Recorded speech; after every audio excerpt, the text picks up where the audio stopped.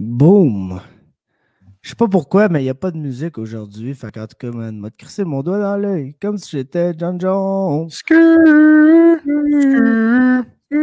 Mais bon, je sais pas ce qui arrive avec le StreamYard, mais bonjour à tous. C'est le Hypoke Podcast. Puis faites pas le saut, parce que Greg est pas là, cette semaine. Basically, je sais pas pourquoi, mais la semaine de retour, la première semaine de l'année, ça a donné que c'est une de ces grosses semaines là, d'ouvrage. Puis pour vrai, ben, il n'y a pas le temps de faire toutes ces crises de liste-là que je voulais qu'il fasse. Fait que c'est pas grave. Il est pas là. J'ai demandé au boy Carabine de le remplacer. A.K.A. Fifi Brin d'Acier, what's up tout le monde?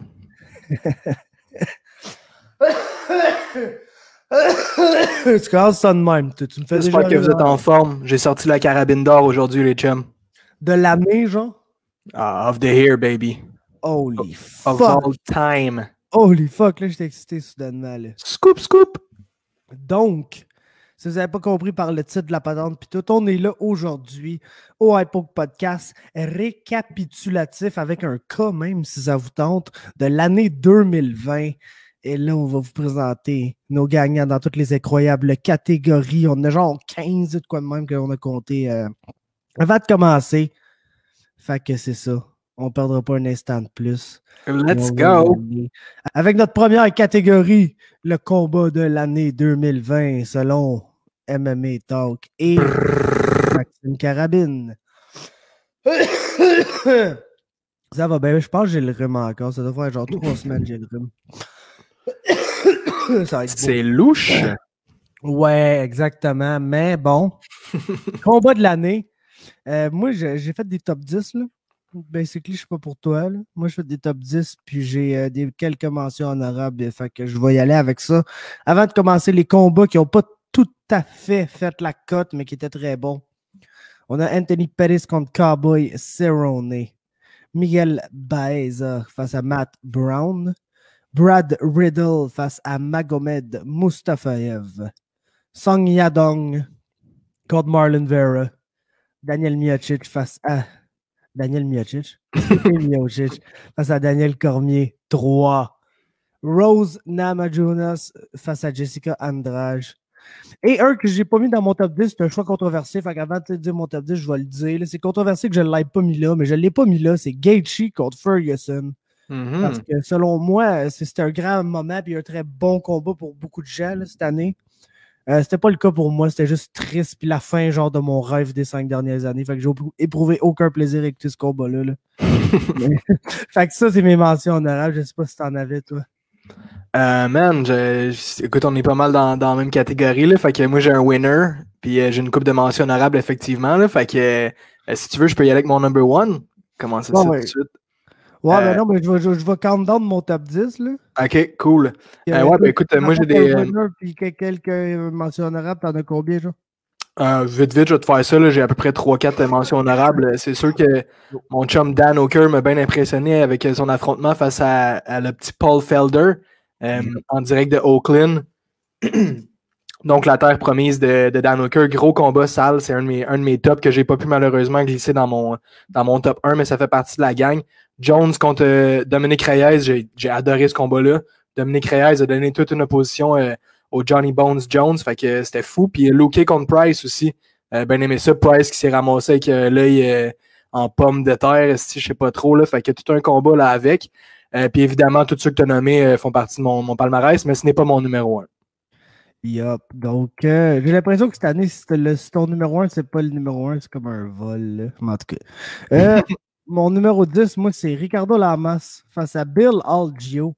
Quelle manière de finir sa carrière, là, genre Fight of the Year, c'était bon, c'était compétitif. Le jeune contre qui se battait, il est arrivé, puis il a vraiment donné tout ce qu'il pouvait dans ce combat-là. Puis Lamas, il a fallu qu'il déguide pour aller sortir ce gros win-là avant de prendre sa retraite. Fait que j'ai son numéro 10. Numéro 9, Frankie Edgar face à Pedro Munoz. Un combat qu'on a eu tendance à oublier un peu cette année, mais que c'était très, très bon. Numéro 8, t'en as parlé. La revanche Luke contre Price. Là, ça allait juste être cave comme la première fois. Puis c'était de ça. Puis c'était pour ça que ça a été fait. Numéro 8, Figueiredo face à Benavidez 1. On se rappelle qu'avant le finish, ça avait été bref ce combat-là, mais ça avait beaucoup brassé. Donc, je le mets là. Numéro 6, John Jones, Dominique Reyes. Numéro 5, Dan Hooker, Paul Felder. Numéro 4, Josh Emmett, Shane Burgos. Numéro 3, Dustin Poirier, Dan Hooker. Et numéro 2, Davison Figueiredo face à Brandon Moreno. Donc, quel est ton combat de l'année, Carabine? Moi, mon combat de l'année, Buddy, c'est ton number 3 sur ta liste. C'est Dan Hooker contre mon boy Dustin Poirier. Oh! Fou, raide, hein? Man, tu sais, évidemment, là, je ne te devancerai pas, mais le numéro 1 que tu vas avoir, c'est vraiment le numéro 1 par excellence. Mais je sais pas, moi, j'étais pas capable de leur donner le numéro 1 aux deux petites Charlie. Fait que j'y vais avec un Hooker Poirier parce que, man, ça a fessé dans le dash en esti 5 rondes de 25 minutes. Tu sais, c'est un combat que tu regardes pis t'as mal partout, man. T'as pas le goût que ça finisse, mon gars. Pis tu sais, je l'ai choisi au numéro 1 parce que t'as eu un petit peu de tout. Tu sais, t'as eu des amenés au sol, t'as eu des tentatives de soumission, puis t'as eu un stand-up incroyable. Fait que pour moi, c'était vraiment 2 strikers, 2 des best du lightweight. Fait que sans aucune hésitation, devant personne en plus, tu pouvais entendre tous les coups, man. C'était écœurant, man. Yup, donc mon numéro 1, vous avez compris que c'est Wiley Zhang contre Joanna Jędrzejczyk. C'est peut-être mon combat préféré ever, là, no shit. Okay. Cool, pour man. vrai, là. Tu sais, moi, le monde le savent, c'est probablement c'est John Jones contre Gustafsson 1, là, mon combat préféré ever. Mais c'est sûr, t'as un Lawler McDonald là-dedans pis tout, mais man, ce combat-là, il y a tout, là. T'as les momentum swings, t'as les deux filles qui mangent une quantité absolument incroyable de dommages sans jamais tomber. T'as les deux filles qui l'aiment d'une quantité absolument incroyable de dommages sans jamais tomber. Puis en tout cas, juste il mérite le number 1, le gros, c'est garanti, mon gars. Puis effectivement, man, ce que j'ai aimé, c'est que, évidemment, on va tout le temps se souvenir de la tronche de Joanna à la fin du combat qui avait un hématome gros comme un pamplemousse sur le front. Puis c'est pas ça qui l'a empêché de continuer. Là. Je me souviens, elle a landé un spinning back fist à toute fin du combat qui était incroyable, même si elle voyait plus rien. Puis même Wiley Zhang, elle était tellement amochée, elle a pas arrêté, mon gars. Fait que très bon choix, mon Faber. Non, je pense que c'est un no-brainer pour cette année. Moi, personnellement, c'est mon fight of the year. Puis comme j'ai dit, peut-être mon fight préféré ever. Là. Genre, un fight qu'au moins une fois de temps en temps, je vais comme prendre un 25 minutes pour réécouter. Ce qui, on dirait plus que je deviens un fan de MMA, plus que c'est rare, genre, que je prends 25 minutes pour aller réécouter un vieux fight. Parce que j'ai tellement de nouveaux fights à comme analyser, me préparer pour que j'ai vraiment le temps de faire ça. Mais ça, c'en est un que genre, je vais faire ça avec plaisir. Puis c'est ça. Yeah, man. Donc, on va passer au knockout de l'année. Selon moi, un autre no-brainer. Ouais. Puis, j'irai pas avec des mentions honorables ici parce que j'avais comme genre, mettons, 30 KO en liste. Là. T'en avais une coupe. Fait que c'est ça, je vais pas y aller des mentions honorables puis tout, ça durera pas. Toi, as-tu encore comme ton number 1 avec quelques mentions? C'est exact, mon gars. J'ai fait. Ça a été mon modèle. Ton modus operandi. Yes, sir. Excellent. Donc, je vais y aller avec mon top 10 au numéro 10. Davison Figueiredo face à Joseph Benavidez. Le 1, bien sûr, parce que le 2, ça a été une soumission. Tu sais, ce combat-là, on s'en rappelle beaucoup pour genre le coup de tête, là, puis ce qui a changé le combat, mais je pense que le monde a tendance à oublier comment la main droite qui a landé après le coup de tête était clean, là, mais clean à l'os. Yeah. Fait que je le mets au 10e rang pour ça. Au 9e rang, Beneil Dariush contre Scott Holtzman, le spinning back fist. Oui, il a la main gauche absolument ridicule contre Drakkar Klose. Là, on va revenir sur ce combat-là d'ailleurs, probablement. Là. Oh oui. Je vais revenir sur ce combat-là, assurément. Mais bref, donc, c'est le spinning back fist que je mets dans le code de l'année parce que c'était complètement ridicule. Ensuite, la main droite de Calvin Kattar face à Jeremy Stephens. J'ai ça au numéro 8. Numéro 7, Kevin Holland. Jacare, punch d'en dessous, c'était complètement ridicule. J'ai l'impression que si Nico Price avait jamais fait ça, ça serait plus haut sur la liste. Okay. Mais cette année, man, il y a eu des knockouts complètement fous, dont mon numéro 6 sur la même carte, Raphaël Fiziev face à Renato Moicano. Là, la combinaison là, qui commence avec le body punch, qui finit ça avec 2 crochets. Le dernier qui passe flush. C'est comme magnifique, c'est smooth. C'est rare qu'on voit un knockout par combinaison, que les 3 punches ils landent vraiment clean. Puis c'est vraiment quelque chose de next level selon moi. Ensuite, au numéro 5, Sean O'Malley, Eddie Wineland, le walk-off KO, là, c'est complètement fou. Évidemment, au numéro 4, Hamzat Chimaev face à Gerald Meerschaert. Au numéro 3, pour vrai, le top 3, n'importe lequel aurait pu être numéro 1 s'il n'y avait pas eu le numéro 1, évidemment, là, que vous attendez peut-être un peu à ce que je m'en vais dire. Mais au numéro 3, c'est Cody Garbrandt face à Raphaël Assunção, le genre de knockout qui est parti le punch d'affaire tellement qu'il était plié, là, puis tout le corps dans son corps. Complètement ridicule. Il restait plus de temps en plus, il me semble, c'était à la fin du round. C'est ça, exactement. Et au numéro 2, ben, j'ai pas le choix de le donner à mon boy Johan Lennes face à Lirim Roufati au CFFC 86, son Flying Knee. Donc, et voilà. Ouais, fait que, évidemment, les petits jeunes, pardon, mon countdown, ça va se retrouver un petit peu dans qu'est-ce que tu m'as dit là. J'ai adoré le KO de Kevin Holland sur Jacare Souza, du jamais vu. C'était un petit peu différent de qu'est-ce que notre boy Nico Price avait fait. Fait que c'est quelque chose qui sortait de l'ordinaire. Cater face à Stevens, je m'attendais pas à ça. Je pense que Stevens était peut-être le favori dans ce combat-là, puis il s'est fait complètement allumer par le petit gars de Boston. Figueiredo contre Benavidez, évidemment, quelque chose de lourd, quelque chose de très lourd, pas mal. On a notre boy Chaos Williams, je pense que tu n'as pas mentionné, là, mais son One Punch KO contre Alassane, ouais. Yes, contre Alassane. C'était du solide après 30 secondes, je pense qu'il termine ça comme ça. Mais sinon, moi, mon numéro 1, tu l'as nommé, c'est ton numéro 4, je crois. Puis j'ai choisi Hamzat Chimaev parce que pour moi, c'est pas seulement un One Punch KO face à un opposant qui était supposément un petit peu meilleur que les deux qu'il avait affrontés auparavant, mais c'est tout le build-up de Hamzat Chimaev. Puis on était tellement embarqués dans lui, puis on s'attendait pas à ce qu'il puisse finir le combat aussi rapidement que ça. Puis tu le vois contrôler l'octogone, tant un piège à Gerald Meerschaert qui s'en va dans un coin, one punch, bam, c'est fini. Fait que pour moi, il y a live to the hype. Ça, c'est mon code de l'année, c'est Chimaev face à Gerald Meerschaert. Il fallait que je change d'account pour avoir les en tout cas. No stress. Pas grave. Donc, au numéro 1 des knockouts de l'année, selon MMA Talk, vous aurez bien compris que j'ai choisi le dénommé Joaquin Buckley face à Impa Kasanganay. Du jamais vu, ça a fait le tour. Tout le monde l'a vu. Là. Tout le monde l'a vu. Ma mère a vu ça. Mon père l'a vu ça. Ma soeur a vu ça. Tout le monde l'a vu. Man, ça. Fait que, genre, on n'a pas le choix d'y donner, man. C'est genre once in a lifetime knockout. Là, le gars qui attrape qui se fait attraper son kick puis qui s'en sert pour spinner dans un autre kick. Genre complètement ridicule. Là. Donc, c'est le knockout de l'année et de loin, là, selon moi. Probablement le knockout de la décennie. Là, fait que... ouais, on ne se tiendra pas longtemps là-dessus, mon Faber. Quel KO incroyable. Une technique venue des cieux. Une carabine d'or bien méritée. Tout ce que tu veux, mon jeune. La soumission de l'année, là, tu rentres dans mon domaine, OK? Yeah, Jiu-Jitsu. Je commence à m'exciter comme un petit enfant.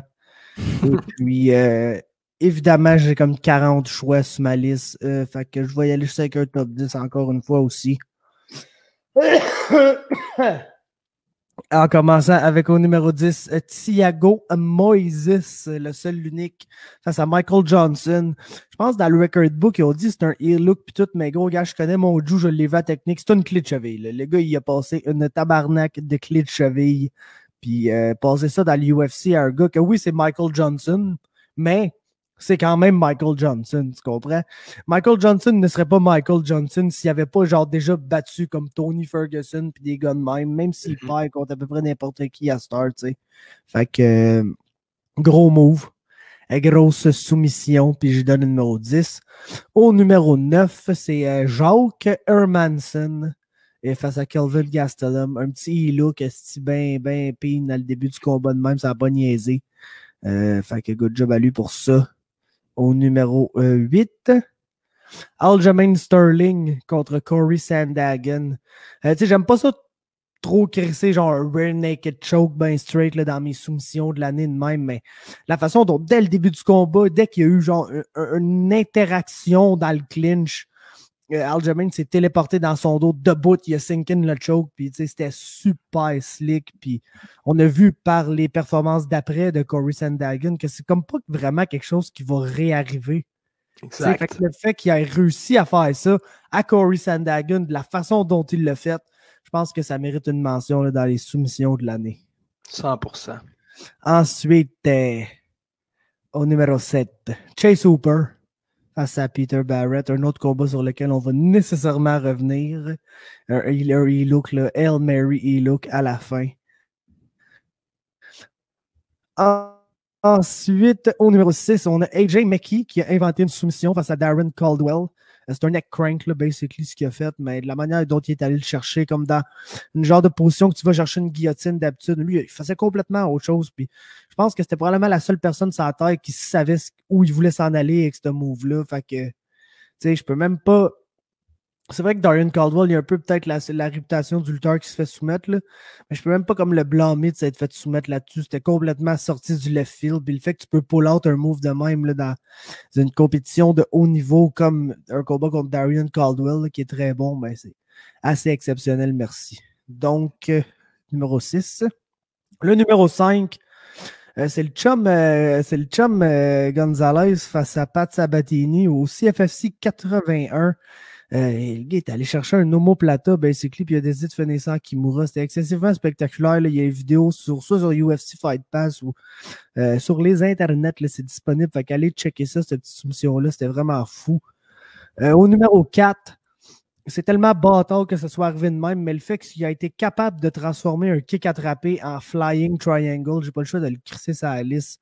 C'est le boy Jimmy Flick face à Cody Durden. Jimmy! Ensuite, top 3, c'est du gros shit, genre du gros shit solide. Au numéro 3, j'ai Davison Figueiredo face à Alex Perez. Genre, man, le fait qu'il genre toute la transition, le defer takedown en roulant pour un knee bar, puis basically se fait genre enculé, straight up, donne son dos. Puis c'est en donnant son dos qu'il vient se pogner un frame puis se revire dans une Armin guillotine. J'avais jamais vu ça, ce genre de transition-là. Puis c'est risqué de faire ça. Là, on s'entend. Absolument, man. C'est pas des moves que tu fais bien casual. C'est super risqué de faire ça. Puis il a réussi. Puis c'était magnifique. Fait que je l'ai au numéro 3. D'après moi, c'est dans son game plan, man. C'est à Figgy. D'après moi, ouais, être cave et risqué, c'est clairement dans son game plan. On l'a vu dans le combat contre Moreno. Mais oui, et puis au numéro 2, man, c'est vraiment... Écoute, je l'ai réécouté aujourd'hui, puis cette soumission-là me fait mal au cœur tellement qu'elle était violente. C'est le knee bar de Ariane Lipski face à Luana Carolina. Genre carrément assisuel, puis elle crisse toutes ses hanches dans le genou, puis tu vois genre la jambe qui est pliée dans le mauvais sens, puis... Tu sais, souvent, un knee bar, tu roules puis tu finis ça comme plus comme un arm bar au sol. Mais là, le fait qu'elle était assise sur elle puis qu'on voyait genre l'angle que le genou prenait, c'était genre une des soumissions les plus graphiques de l'année, là, de loin. Fait que Queen of Violence. Mais, hein, fait que je mets ça au numéro 2 puis je reviens avec mon numéro 1 après que Carabine nous a mentionné ses choix de soumission de l'année. Ben, une qu'on a vue il n'y a pas trop longtemps, c'est mon petit Chase Hooper face à Barrett. Un gros heel hook sale, il nous a montré qu'il savait ce qu'il faisait. Je pense qu'il a juste pris 2 tentatives avant de finir ça à Barrett. Fait que gros shout-out à lui. Évidemment, la soumission de Mekhi dans Bellator, ça m'a vraiment surpris. Oui, t'as le neck crank, mais en même temps, avec ses jambes, il est en train d'y étirer le spine. Là, comment tu dis? Ouais, c'est ça. Ben, que le fait que tout son corps soit dans le mouvement, là, que genre... Il vient créer de la séparation là, puis il torque vers le coup. Fait qu'il étire, puis il torque. Ça devait être genre assez désagréable. Ça devait être. C'est un espèce de twister, mais d'une autre dimension. Là, fait que. Tu sais pertinemment que Darren Caldwell, quand le move a commencé, il s'est dit dans sa tête, no way que je tape là-dessus, moi. Puis ça, c'est rendu à un point où il n'y a pas eu le choix. Ouais, exactement, man. Évidemment, ton numéro 1 fait partie de mes préférés aussi, mais comme aujourd'hui, je prends la place de Greg GSP, j'ai pas le choix d'y faire honneur d'y faire honneur, puis de choisir Ariana Lipski, comme tu viens de le parler, c'était très graphique. La pauvre Carolina qui s'est fait exploser le genou. Tu sais, une soumission comme ça, t'as tellement pas besoin de tirer beaucoup sur le genou pour que ça fasse mal. Puis elle y est encore un petit pouce de plus. Là, fait que la fille, elle s'est même pas rebattue, Carolina. Là, d'après moi, elle est hypothéquée pour un petit bout. Là, fait que j'ai pas le choix de donner la carabine d'or soumission de l'année à Ariana Lipski. Oh yeah! Et puis, au numéro 1, genre une des plus belles transitions que j'ai vues de toute ma vie. Man. En se faisant péter un orteil en plus. Du full mount assis sur son adversaire à une tentative de arm triangle choke juste pour isoler le bras puis passer sa jambe, aller chercher le triangle, la montée complète. Pull en dessous de Justin Gaethje, aller chercher la jambe puis finir ça. Genre faire taper la personne que tout le monde se dit hey, Justin Gaethje, si tu veux le battre, faut que tu le knock out cold ou tu l'endormes. C'est les deux seules façons de le battre. Puis Khabib, il était capable de le pogner dans une soumission qui était comme... Puis, tu sais, je comprends en plus Justin Gaethje. Genre, tu sais, souvent tu dis lui, il faudrait que tu l'endormes, il faudrait que tu... Mais ton corps, il y a comme... À moins que tu sois pogné dans un blood choke, vraiment, c'est dur pas taper sur une soumission. Là. Genre un triangle, mettons, quelque chose, n'importe quoi qui n'est pas un choke sanguin. Les chokes sanguins, des fois, c'est juste que tu te bats contre le choke, puis t'as pas vraiment de misère à respirer parce que c'est pas un choke genre de souffle, vraiment, c'est un choke de sang. Fait que tu respires, puis tu te défais, puis là, tu penses que t'es correct, puis un moment donné, t'as plus de son cerveau, puis tu te réveilles, puis t'es genre, the fuck, les gars, qu'est-ce qui est arrivé? Un choke comme le triangle de Khabib, c'était... Oui, c'est sanguin parce que c'est tête puis tout, mais c'est aussi un choke genre de respiration. Puis t'as comme un mécanisme de défense quand t'es plus capable de respirer pendant trop longtemps que tu sais, gros, de taper, là, straight up. C'est de quoi qui vient naturellement, puis tu peux dire, non, moi, je taperai pas là-dessus, tu comprends? Genre, puis... Toi, tu penses qu'il tapait Gaethje? Oh, il tapait, man, il tapait, c'était tight as fuck, c'est sûr qu'il tapait. Puis oui, il a passé à la fin parce que le ref était pas trop sûr, puis, tu sais, mais... Il tapait là, 100% selon moi, puis il a fait taper Justin Gaethje, la personne qu'on pensait jamais qu'il allait taper, puis c'est pas genre, il l'a fait taper, fait que Gaethje est plus faible qu'on pensait. Non, au contraire, la technique était juste incroyable. La technique était belle, elle était tight, elle était genre précise, c'était tout ce que tu veux d'une esti de belle soumission, puis... Ben oui, la preuve, c'est que ça a pris 2 secondes avant qu'il s'endorme, Gaethje, là, tu sais, des fois, non, quand t'es en train de taper, puis là, tu le lâches, puis le gars, il sleep, genre, quasiment en tapant, c'est parce que, genre, c'était tight. C'était tight. Yes, grosse mention à mon boy Khabib, ça c'est sûr, man. On passe au comeback win de l'année, le retour en arrière. Le gars qui se faisait complètement péter sa petite gueule de con, man, puis que finalement il a réussi à gagner ce combat-là. J'ai 3 mentions honorables. Yes, sir. Sabina Mazo face à Justine Kish, la maître de la quiche.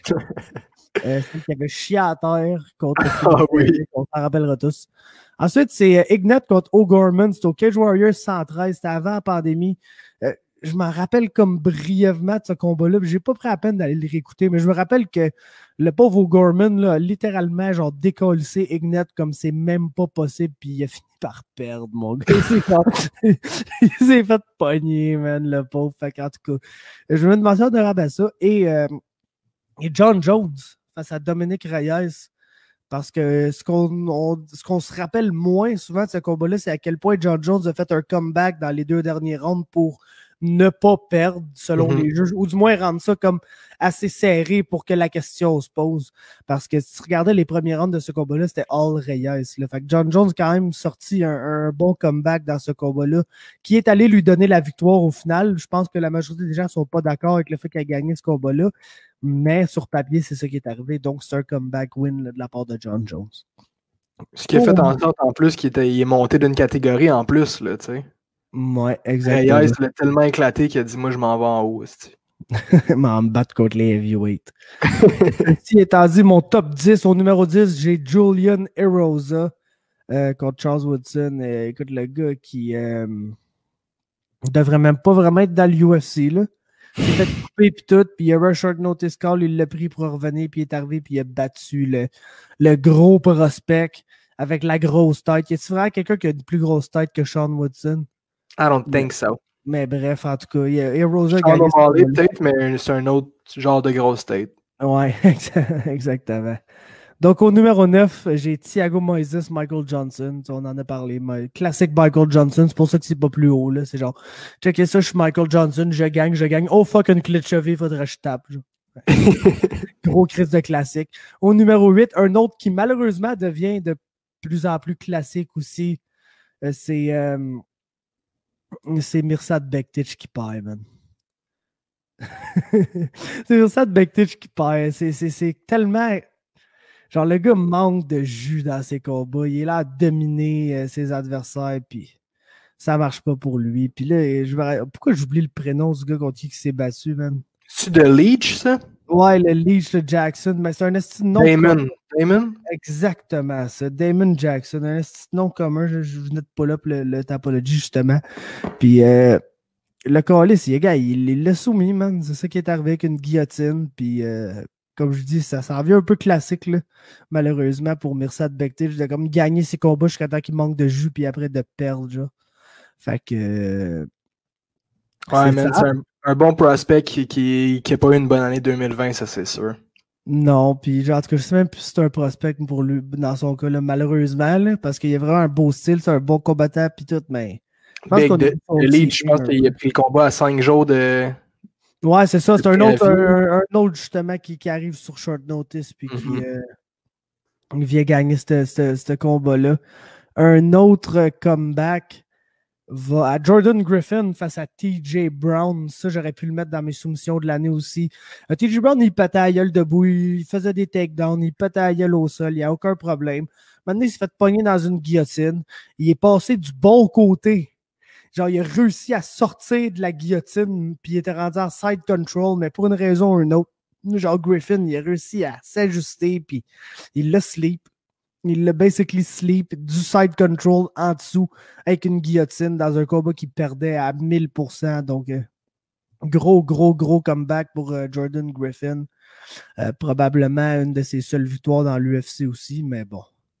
Shout-out à lui pour ça. Une de plus que moi, puis toi. Exactement, mon boy.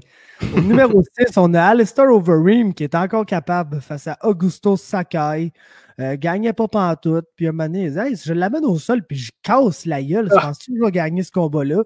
C'est ça qu'il a fait. Puis Chris, ça a marché. Fait que shout-out à lui pour ça. Puis là, on rentre dans des shit show, man, d'un certain côté, là, je te dirais. Avec mon numéro 5 qui est Benil Dariush, Drakkar Klose. C'est le plus positif du côté shit show là, que tu vas retrouver. Là, genre deux gars qui. C'est genre une version, je veux pas dire Dolorama, mais presque une version Dolorama de Pat Barry contre Shake Congo. Là. C'est les deux gars qui se rock back and forth. T'en as un qui est sûr d'avoir fini l'autre, fait qu'il devient un peu over-eager, puis le bang, c'est lui qui se fait rock, puis finalement, c'est lui qui se fait finir ben raide. Exact. Fait que, gros comeback de Benil Dariush. Je pense que ça s'est tout passé à l'instant de genre quelques secondes dans le combat aussi. Début du deuxième round, ouais. Ouais, fait que c'est ça, je le mets là. Ensuite... C'est un huge comeback. J'aurais vraiment aimé le mettre plus haut, mais vous allez comprendre pourquoi je ne peux pas le mettre plus haut. C'est le chum Dave Herman face à Mike Rodriguez. Puis pourquoi je ne peux pas le mettre plus haut? C'est à cause du ref. Là. De toute façon, on le sait tout, on va revenir dans les pires décisions de l'année. Herman s'est fait TKO là, dans ce combat-là par Rodriguez. C'est absolument fait TKO. Mais l'arbitre peut penser ça comme un nut shot. Il a réussi à récupérer de ce nut shot là, puis il a gagné le combat, basically. Fait que c'est un huge comeback win. C'est probablement le comeback win de l'année, selon moi. Il y a eu 2 combats en un, tu sais, dans le fond. Ouais, mais le fait que le gars s'est fait finir, genre, logiquement, je peux pas dire ah oui, t'as le comeback de l'année, mon chum, parce que ce combat-là, selon moi, ben il l'a perdu, tu sais. Puis il aurait pas dû avoir la chance de faire ce comeback-là. Il l'a eu, puis ça a donné ce que ça a donné, fait que j'ai pas le choix de le mettre sur la liste, mais je suis pas d'accord, tu sais. Fait que c'est pour ça que je le mets juste au 4e rang. Ensuite, au 3e rang, en théorie, c'est même plus un comeback win parce que ce combat-là est rendu un no contest parce que le très méchant Trevin Jones a fumé du weed, là. Puis, à quoi qu'il a pensé? Non, à quoi qu'il a pensé, c'est cave, tu sais. Mais Surtout, je trouve ça BS parce que je savais que c'était un short notice quelques jours d'avance. Le pauvre Trevin Jones qui arrive là. Il n'y a même pas une belle fiche. Personne ne sait c'est qui. Il se bat contre Timur Valiev qui, c'est des années qu'on l'attend dans l'UFC. Puis là, il se fait péter à la gueule, mon gars. Il se fait péter à la gueule tellement que l'arbitre est à ça d'arrêter le combat. Pas à une reprise, à 2 reprises. Show me something, show me something. Non, exactement. Puis il arrête pas le combat finalement. Puis Jones réussit à lander un punch miracle. Puis gagne le combat. Genre, énorme comeback win. Malheureusement, comme j'ai dit, il avait fumé du pot, puis ça a été overturned par la commission athlétique. Ce que je trouve tellement con parce que quand le gars, il apprend genre 3-4 jours avant le combat qu'il va se battre, c'est sûr qu'il n'a pas le temps d'arrêter de fumer du pot assez longtemps pour ne pas tester positif. Fait que je pense que ces gars-là devraient recevoir une exemption là, dans ces cas-là pour ne pas pouvoir retirer leur victoire comme ça. Mais vu que c'est pour du pot, c'est pas pour aucune substance dopante ni rien, ben, je vais lui donner là, son comeback win à Trevin Jones, puis je vais le mettre au 3e rang.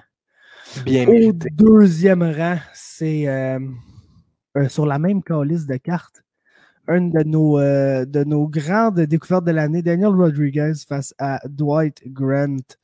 Le même scénario que Jones contre Valiev. Rodriguez in all kinds of troubles là, dans le début du combat. Se fait marteler, se passe proche de se faire finir. L'arbitre est à ça d'arrêter le combat. Encore le même crise de ref d'ailleurs. On tient à noter le même crise de ref.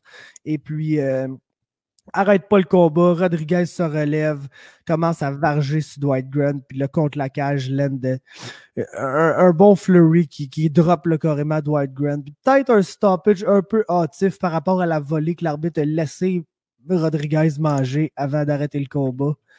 Mais Chris, c'est quand même... C'est Chris Tognoni, hein? Oh yeah, Chris Tognoni. Mais c'est ça, regarde.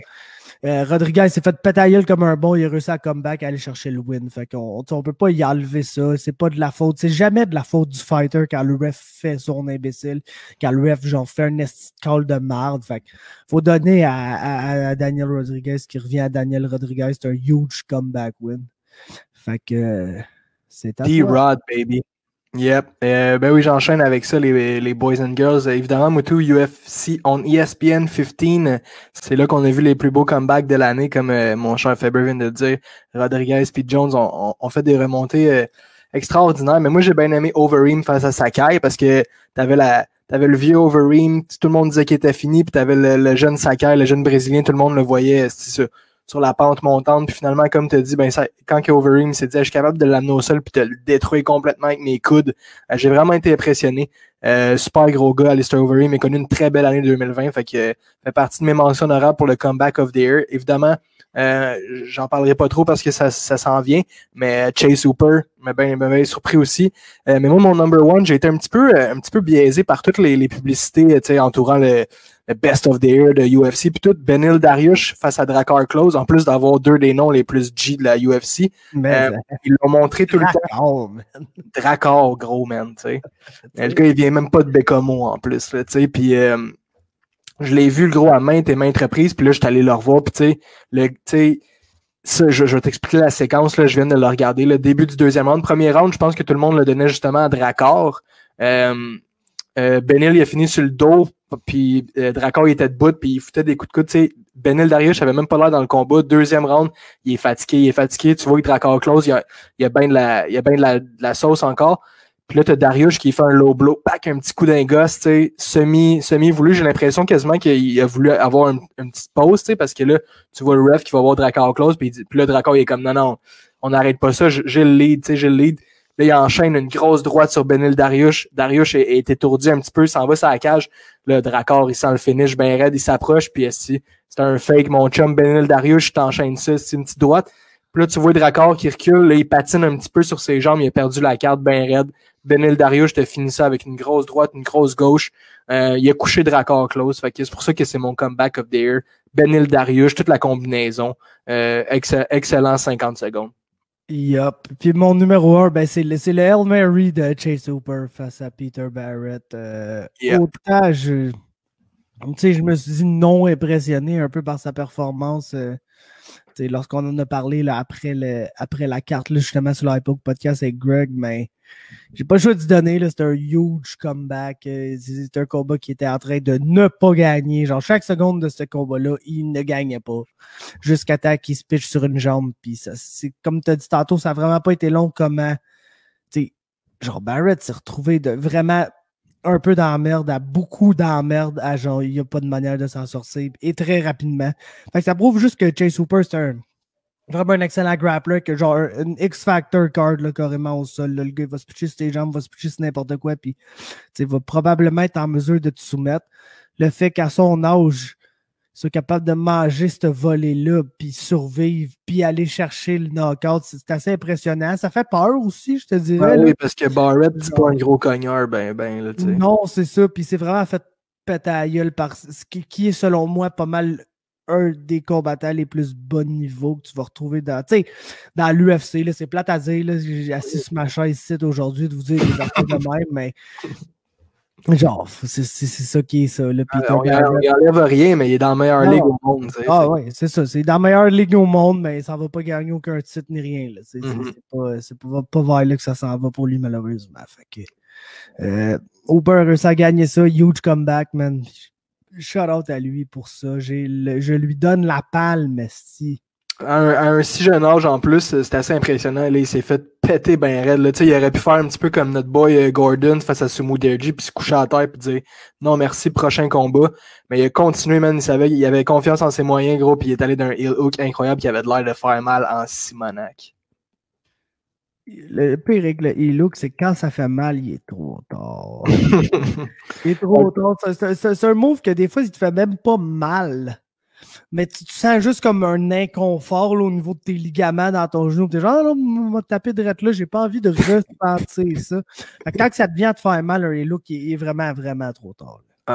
Shout out à Hooper pour ça. Yep. Et on va y aller avec l'upset de l'année. Ça, c'est la plus grande surprise. La victoire la plus inattendue. Ou c'est genre, mettons, le plus gros underdog qui a battu un énorme favori. Donc, j'ai une couple de mentions honorables ici, là, je pense, qui valent la peine d'être mentionnées. On a Daniel Rodriguez, encore lui, face à Tim Means.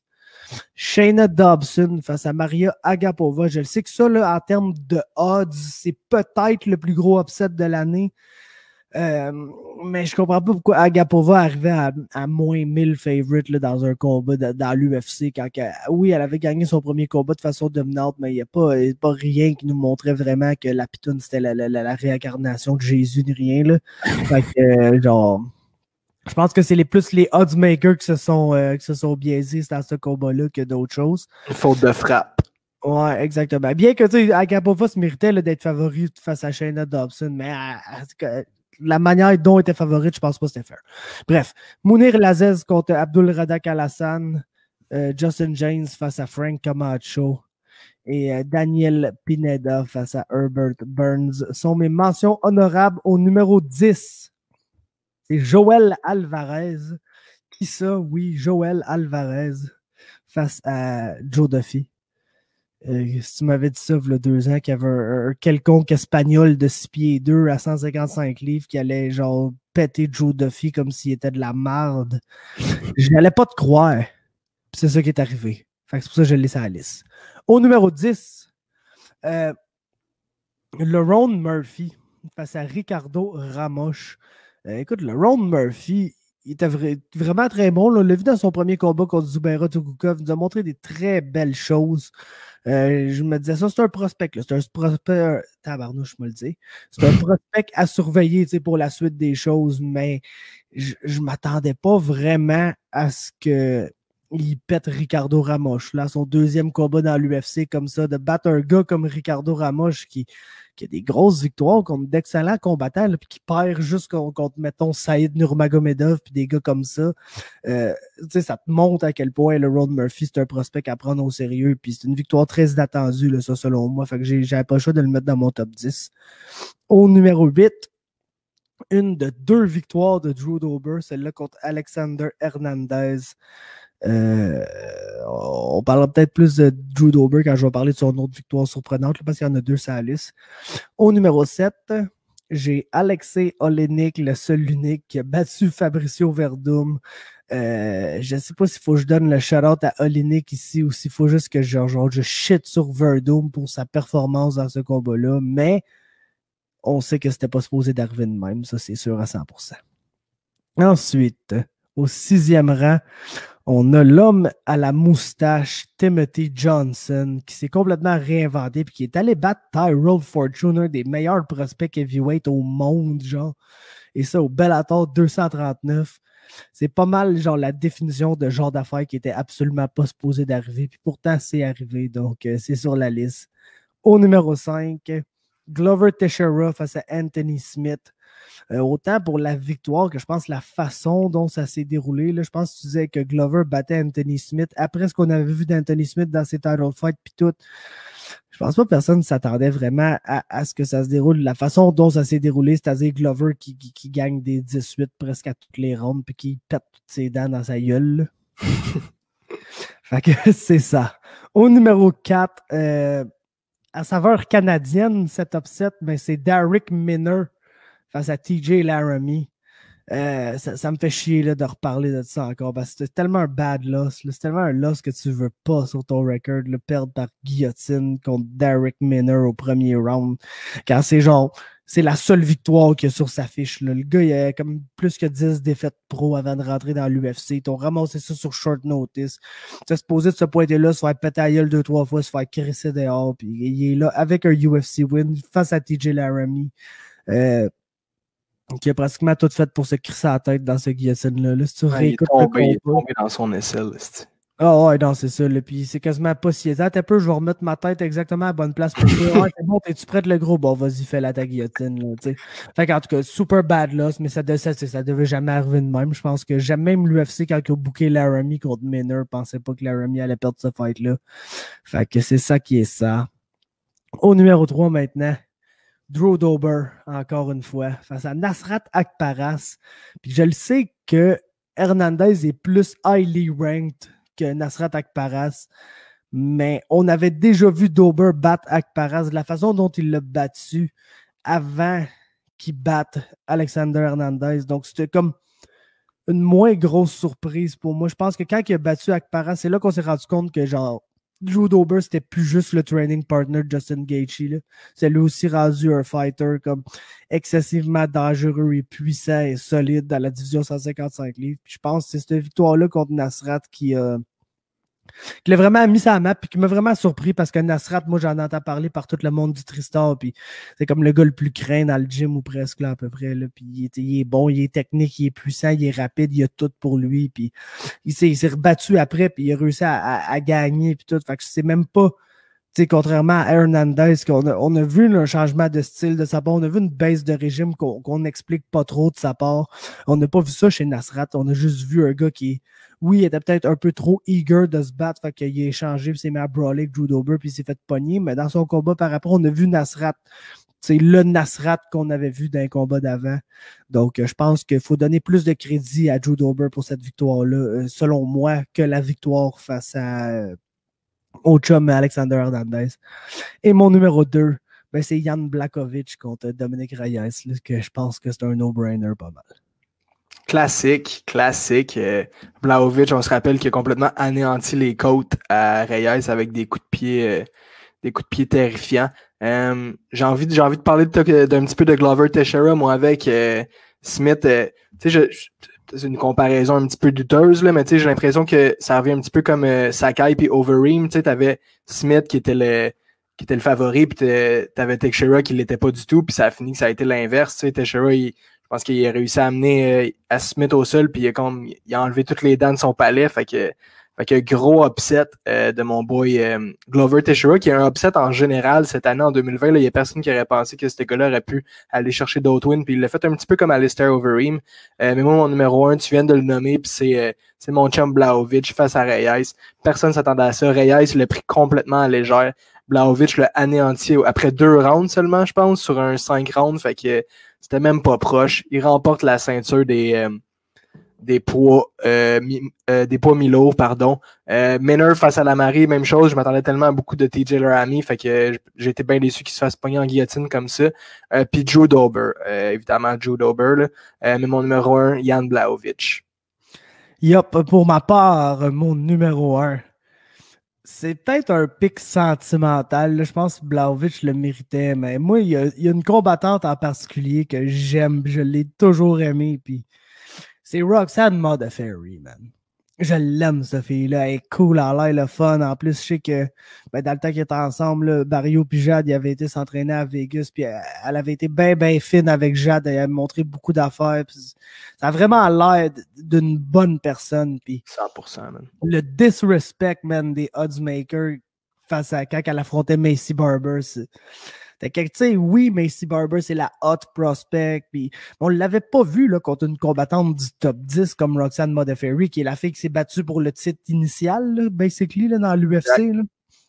Fait que je trouve que le manque de respect était énorme. Puis Roxanne Modafferi, non seulement elle l'a complètement dominé, mais si je me rappelle bien, c'est même elle là, qui a causé la blessure qui a fait que Macy Barber n'a pas pu se battre pendant presque un an après. Là, fait que je pense qu'il faut lui donner là, la palme à Roxanne Modafferi pour le upset de l'année. Autant selon les odds que c'était encore un autre cas de quasiment moins 1000 contre plus 800 que ça n'avait pas lieu d'être là, selon moi. Mais autant mathématiquement sur papier, c'est autant un gros upset que dans la cage en tant que tel, la façon dont le combat s'est déroulé, que c'est pas, tu sais, genre, oh, c'est un huge upset mathématiquement, mais ça a été un bon combat serré. Non, c'était pas ça partout. C'était all Roxanne Modafferi. Le monde qui ont pensé que Barbara allait dominer, il était genre complètement dans le champ. Là. Absolument, man. Ils ont surestimé la new up-and-comer Macy Barber, puis ils ont underestimé la vieille garde de Roxanne Modafferi. Fait que non, bon choix, mon Faber. Quelque peu sentimental, mais bien mérité pour Roxanne. Donc là, on passe dans les deux catégories des pires. Là. On veut les pires combats, les pires décisions. The worst. On va commencer avec les décisions. Pour les décisions, j'ai fait ça il y a quelques années. J'ai décidé d'inclure les arbitres, les fameux arbitres qui sont très, très bons là, pour fuck up le shit une fois de temps en temps. Donc, cette catégorie est réservée, oui, aux juges, mais aussi aux arbitres, les gens qui sont les officiaux du combat, puis qui souvent viennent de par eux-mêmes complètement changer l'issue du combat, soit en donnant un scorecard de merde, ou soit en prenant une décision random qui fait que c'est genre les affaires random qui se passent. Quelques mentions honorables, parce qu'on le sait que dans une année, des décisions de merde, il y en a.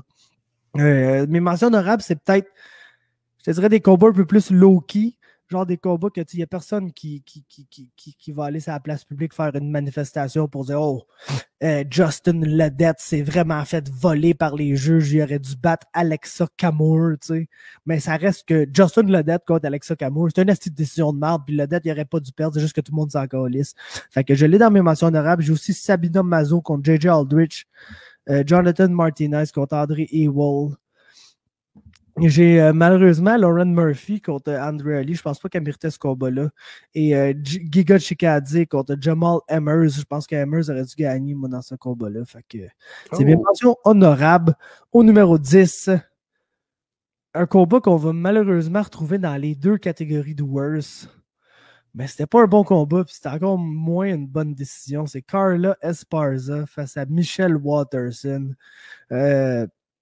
On va revenir pourquoi c'est un des moins bons combats, là, je pense, dans la prochaine catégorie. Mais en termes de décision, ça arrive dans beaucoup de combats de Waterson. Là, elle va chercher des takedowns, mais elle fait tellement peu de choses avec ses takedowns. C'est vraiment un artiste du lay and pray, Carla Esparza. Puis ça fait que des fois, c'est dur pour moi ou pour d'autres gens de donner des victoires quand oui, tu as eu beaucoup de ground control, mais tu n'as rien fait avec. Puis je pense que ça, c'est un exemple d'un genre de combat comme ça où beaucoup de gens ont cru que même si Esparza avait, oui, dominé positionnellement une bonne partie du combat, Michelle Waterson avait probablement plus essayé de choses pour gagner ce combat-là que Carla Esparza. Puis moi, c'est ça que je pense aussi. Donc, c'est pour ça que je le mets dans les pires décisions. Ensuite, Song Yadong contre Marlon Vera. Une mauvaise décision qu'on oublie peut-être par le fait que le combat était complètement sacoche, mais quand même pas une très bonne décision. Au numéro 8, c'est Magomed Ankalaev contre Ion Kutelaba. Je dirais qu'on le donne au ref, mais j'ai quasiment envie de donner cette palme négative-là à Ion Kutelaba, qui a tellement bien réussi son imitation d'un gars qui est knock-out sur ses pieds, que même l'arbitre l'a cru qu'il était knock-out. Quand clairement, il l'était pas pantoute, on s'en est rendu compte quelques instants après que le combat ait pris fin, mais genre, peut-être que ton imitation était un peu trop réussie, mon Ion, parce que le combat a été arrêté, malheureusement, pour toi. Même son corner, il aurait pu dire d'arrêter de niaiser un petit peu. Là. Oh, ouais, c'est ça, exactement. Je pense qu'il y a plusieurs... C'est pas 100% sur le ref, ça, mais la scène était tellement bizarre que j'ai pas le choix de le mettre là, dans le top 10.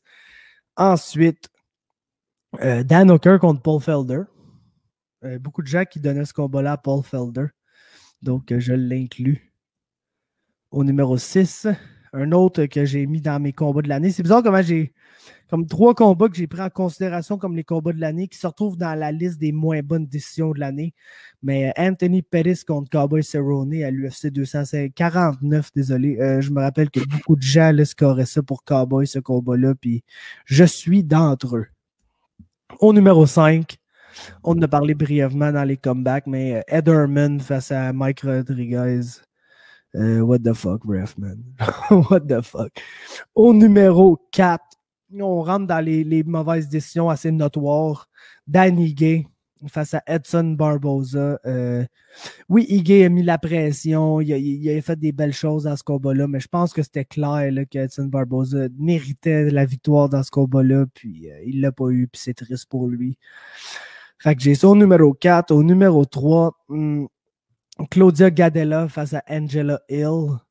Là, on rentre vraiment dans les combats que je m'explique mal, là, comment Angela Hill n'a pas gagné ce combat-là. Je pense que j'ai pas vu grand monde ne pas scorer ce combat-là pour Angela Hill. Mais somehow, dans les peu de gens qui ont scoré ça pour Gadella, ben, il y avait 2 des 3 juges. Fait que, tough luck, mais c'est ça qui arrive.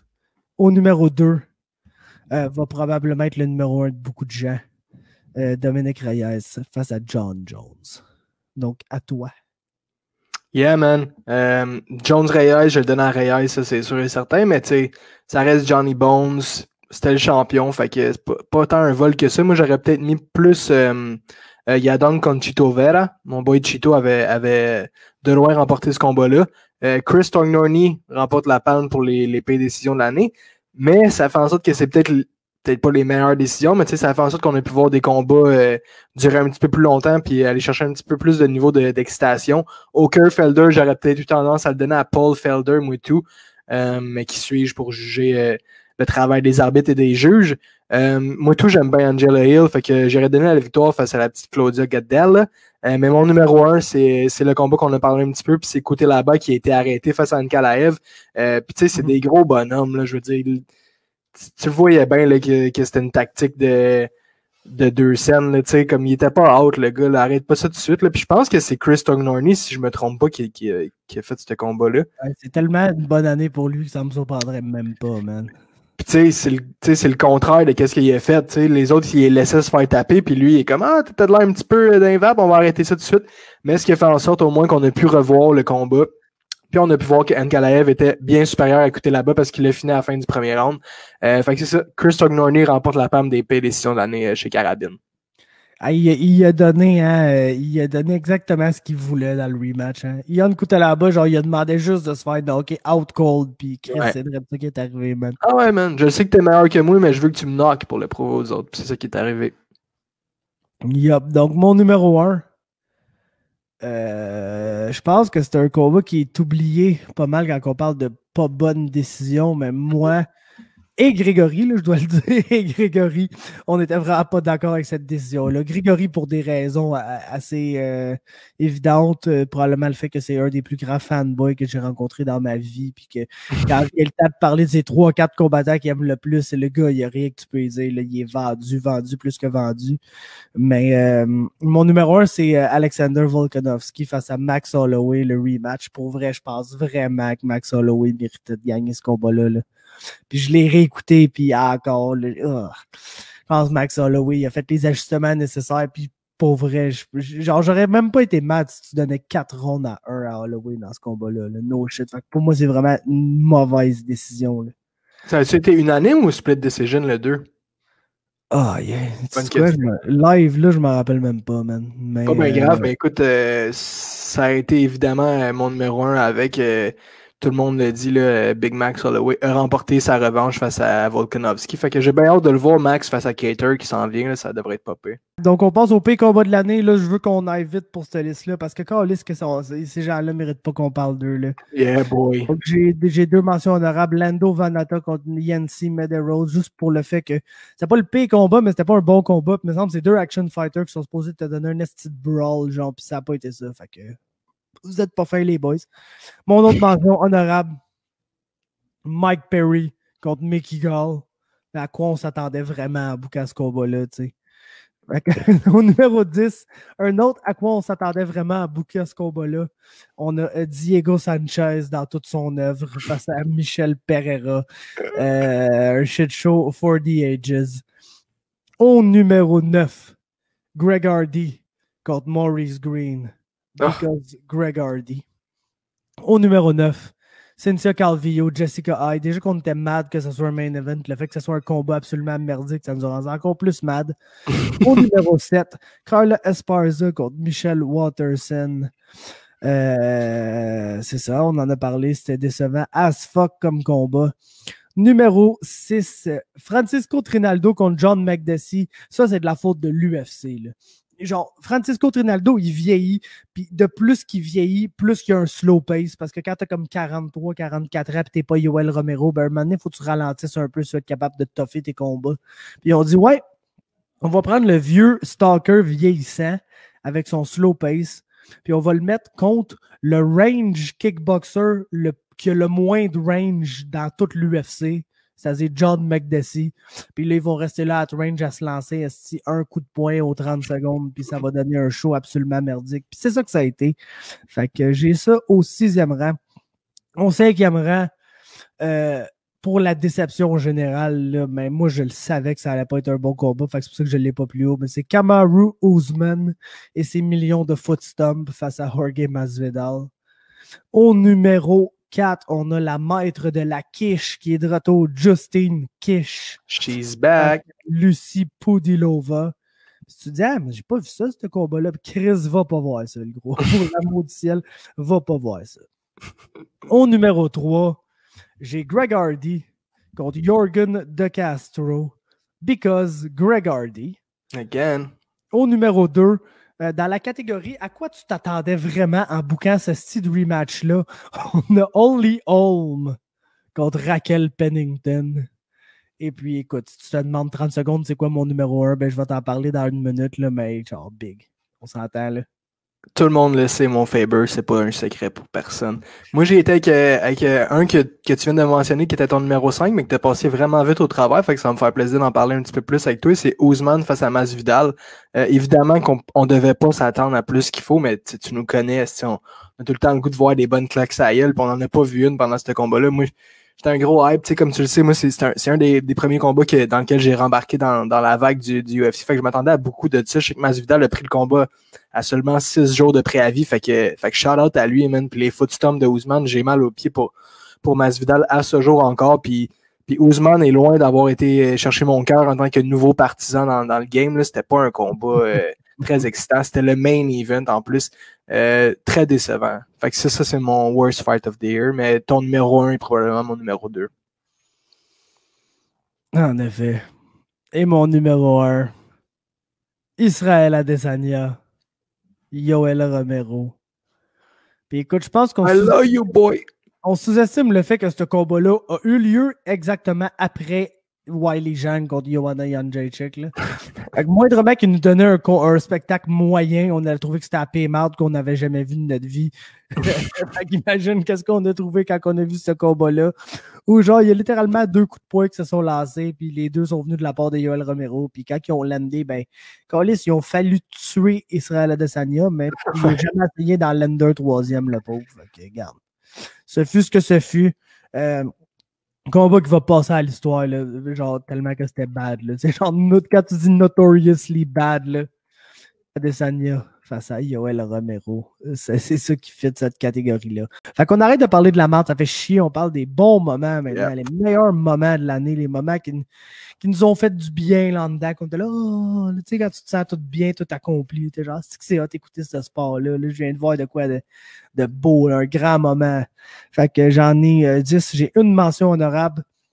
À l'extérieur de l'UFC, c'est Jesse Ronson qui allume Troy Lanson là, complètement puis qui passe une soumission. Dans le combat qui va ultimement l'avoir ramené à l'UFC, mais qui snappait tout son losing skid que il me l'avait dit avant ce combat-là, il dit pour vrai, si j'affronte un des bons prospects sur la scène régionale, puis si je perds, ben j'aurais pas le choix de prendre ma retraite. Puis on le sait tous que Jesse voulait au moins revenir dans l'UFC, gagner une fois, puis il a réussi grâce à ce combat-là à obtenir cette chance-là. Fait que c'est pour ça que je mets ça parmi mes moments de l'année, parce que moi, vous le savez, Jesse Ronson, c'est un de mes fighters préférés, et ça depuis des années, depuis avant même que je le connaisse personnellement, c'est un de mes fighters préférés. Fait que à Star, je l'aime encore plus.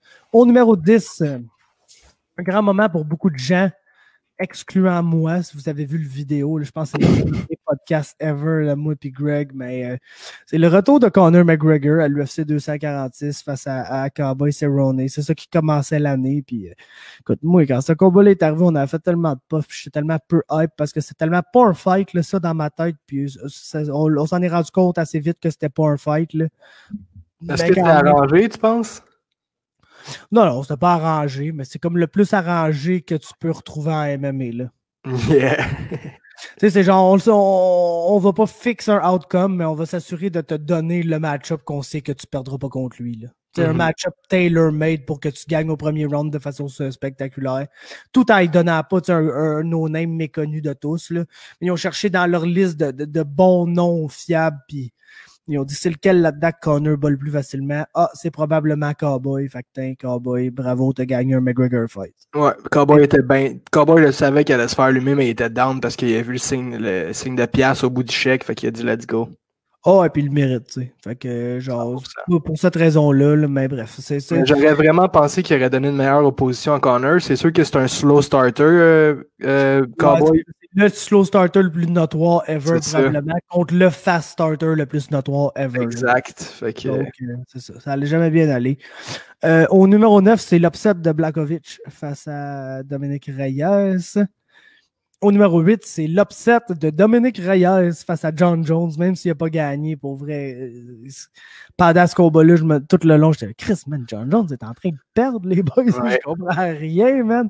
Puis, j'ai pas le choix de mettre ça sur cette liste-là. Au numéro 7, c'est les 2 victoires en 10 jours de Khamzat Chimaev sur Fight Island, à l'UFC Fight Island 1 et l'UFC Fight Island 3. C'est vraiment lui qui a gagné là, ce premier passage-là sur Fight Island. Quand l'UFC est parti de Fight Island, il y avait un nom là, dans la bouche de tout le monde, puis c'était lui. Fait que, pas le choix de mettre ça dans les gros moments de l'année. Au numéro 6, c'est Israel Adesanya face à Paulo Costa, la façon dont il te l'a démonté, puis il te l'a dry hump à la fin là, pour lui rajouter l'insulte à l'injure. C'est du grand easy, puis c'est pour ça qu'on l'aime. Autant il nous a déçus face à Romero, il s'est racheté 1000 fois face à Costa.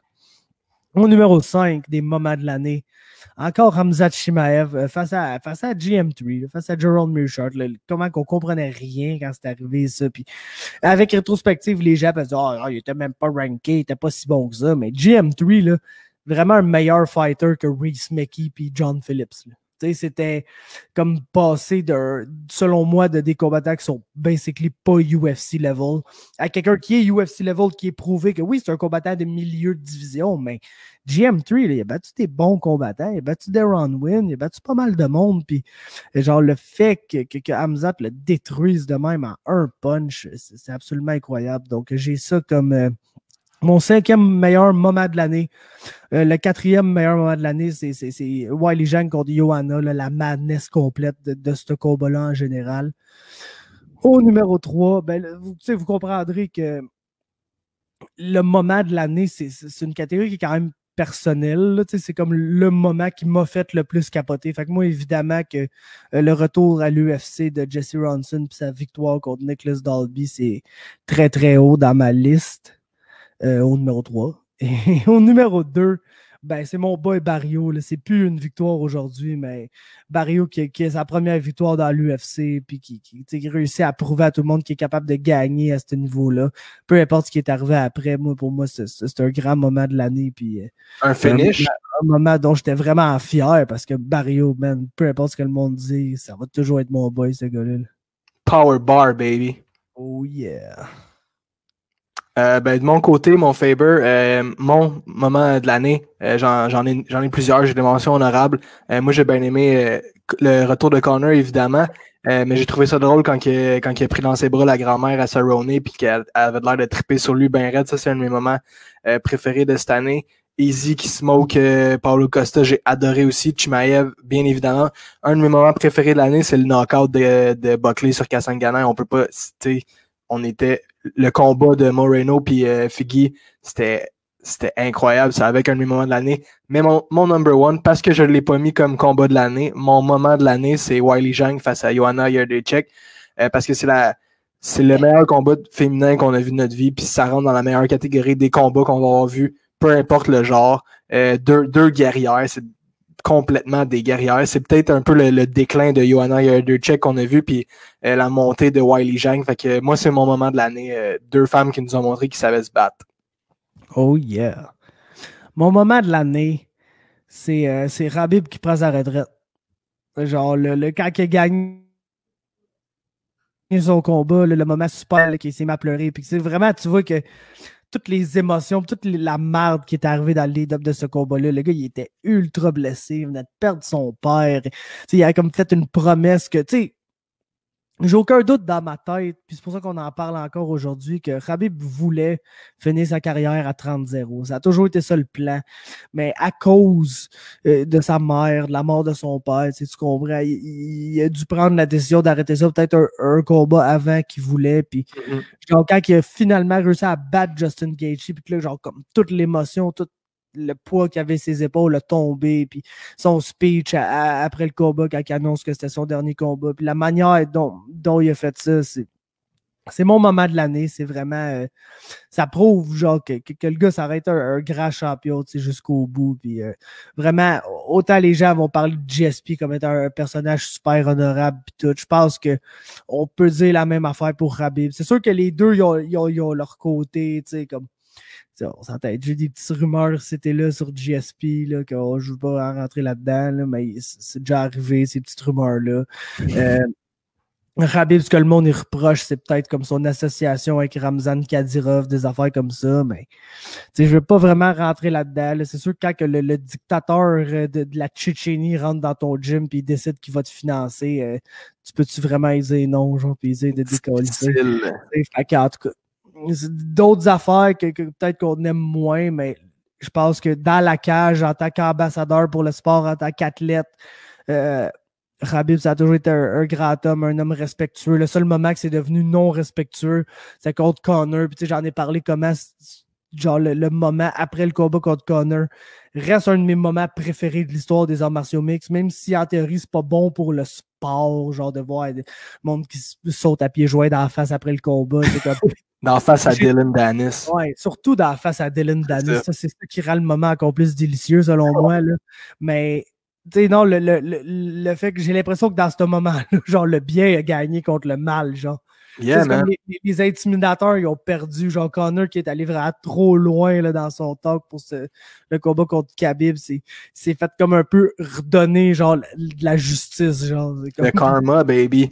Oui, c'est venu sous la forme de 3-4 Russes qui sautent la cage pour le poignard à gang. Là. Ouais. Mais, tu sais, c'est comme des fois dans la vie, quand tu vas trop loin, et puis tu vas plus loin que le combat, il y a des répercussions qui vont arriver. Puis je trouve que ça, c'était genre super poétique de la manière que c'est arrivé. Là. C'est comme ça qui arrive dans la vie, des fois, quand tu fais des affaires, il faut pas que tu fasses genre tu reçois ton karma puis tu le reçois en double des fois. Devant la moitié de la planète en plus. Oh, ouais, c'est ça, devant le plus grand nombre de gens qui ont écouté le sport ever. Genre, fait que c'est ça qui arrive. Yeah, donc, mon moment de l'année, c'est Khabib qui tire sa révérence du sport après sa victoire contre Justin Gaethje. Ça nous mène à la performance de l'année. Puis je me rends compte que j'ai même pas mis Khabib contre Gaethje dans mon top 10. Faudrait que je le rajoute, tu le sais. Je pense que je peux mettre ça. Je vais le mettre au 10e rang, mettre ça au 10e rang. Avant ça, j'avais quelques mentions honorables. J'avais évidemment Drew Dober contre Nasrat Akparas. J'avais Marc-André Barrio face à Oscar Piechota. J'avais encore une fois Drew Dober face à Alexander Hernandez. C'est deux huge performances là, pour Drew Dober. Et le chum Bryce Mitchell face à Charles Rosa. Oui, il était très impressionnant contre André Fili.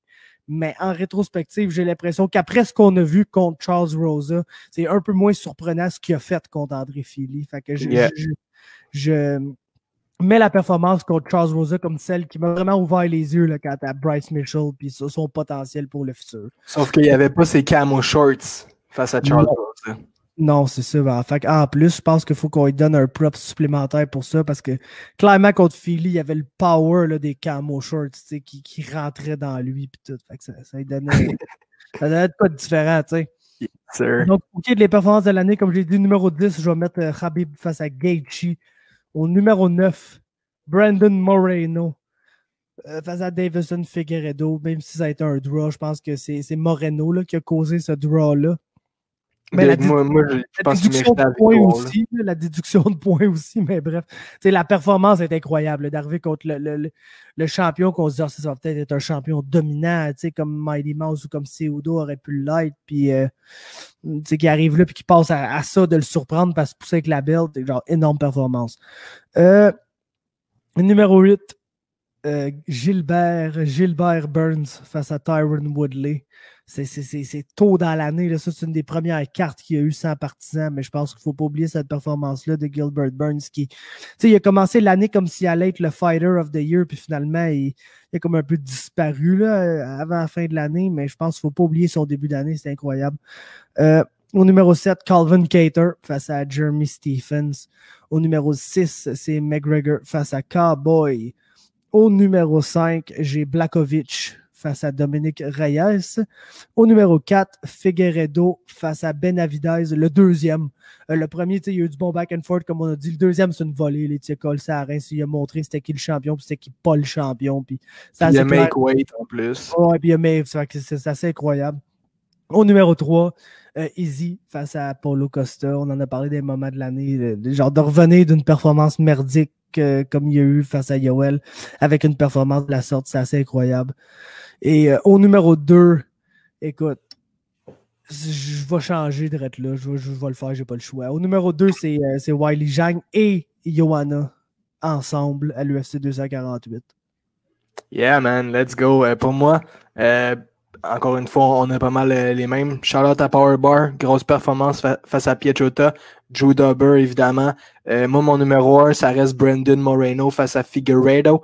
On se rappelle que les deux s'étaient battus, je pense, 3 semaines, gros max, avant sur la même carte. Puis Brandon Moreno avait affronté Brandon Royval. Gros combat intense, seulement un round, mais il s'était quand même fait bien cogner. Je pense Brandon Royval est un de mes fighters préférés. Fait que, yes, shout-out à Moreno. Je pensais qu'il allait se faire complètement anéantir par Figueiredo. C'est sûr que Figueiredo avait l'air d'éprouver certains problèmes. Il s'est ramassé à l'hôpital un petit peu avant. Il y a des problèmes avec le weight cut et tout. Fait que, selon moi, Moreno l'avait gagné, ce combat-là, avec la déduction de points. Sans déduction de points, je sais pas, là, mais avec un point en moins, là, c'est sûr que Brandon l'avait. Grosse performance. Mon gars, tu sais, même juste au weigh-in puis au face-off, quand tu voyais les deux ensemble, là, on aurait dit, c'est McLovin face à un tueur là, des ruelles du Brésil. Là, fait que Joel de 125 livres. Là.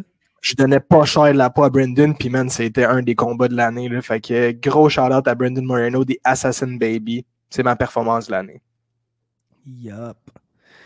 Bon, comme je vous ai dit, j'ai changé. C'était mon numéro 2, mais regarde, j'ai pas le choix de le remettre au numéro 1. Je l'ai eu au numéro 1 pour la majorité de l'année. Puis écoute, je pense que c'est la performance de l'année, c'est la performance qui nous a ouvert les yeux. Puis c'est la performance qui nous a fait penser qu'elle allait battre Khabib. Là. Basically, c'est Justin Gaethje contre Tony Ferguson. Autant ça m'a fait mal au cœur, ce combat-là. Autant ça a brisé tous mes rêves. Puis le visage à Tony. Oh, et puis le visage à Tony. C'est une performance incroyable, puis c'est la fin de Tony Ferguson. Je l'ai dit avant son dernier combat, puis ça s'est confirmé malheureusement là, quand il a vu se battre contre Charles Oliveira. Puis genre, je suis de plus en plus certain de ça aujourd'hui. Justin Gaethje a pris l'âme à Tony Ferguson. Là. Ces derniers bons moments que Tony avait nous offrir dans la cage en tant que combattant élite, Justin Gaethje, il a enlevé ça là, dans ce combat-là. Il a mis un terme à tout ça, puis c'est une performance absolument incroyable qui mérite d'être mis dans l'histoire, là, basically. Là. Ouais, surtout que Ferguson était sur un 12 win streak, il avait de l'air imbattable. Justin Gaethje, oui, on savait que c'était un cogneur, mais tu sais, il avait perdu contre Poirier, contre qui d'autre qui a perdu aussi petit Gaethje. En tout cas, on savait qu'il était pas imbattable, contrairement à Ferguson que tout le monde pensait qu'il était imbattable. Fait que yes, gros, bien mérité Justin. Yep. Fait qu'on passe à la nouvelle de l'année ou la storyline de l'année parce que il y a des nouvelles, ça a été comme un moment. Là. Mais il y a d'autres storylines que tout au long de l'année, on continue à se développer puis à se transformer pour un moment donné de devenir plus grosse et plus grosse et plus grosse. Donc, j'en ai juste 5 ici, le petit top 5, vite. Une mention honorable qui est une mention honorable à toutes les années, mais c'est l'issue de la paix des combattants. Là. Tant que les combattants n'auront pas un union puis que les combattants n'auront pas une plus grosse part du marché, du pourcentage de revenus de l'UFC, je pense que ça va rester un topic d'actualité. C'est un topic qui réussit à repopper dans les news au moins 2 à 3 fois par année, sinon plus. Fait que comme étant un trending topic à tous les ans, je le mets en tant que mention honorable, l'issue de la paix des combattants en MMA.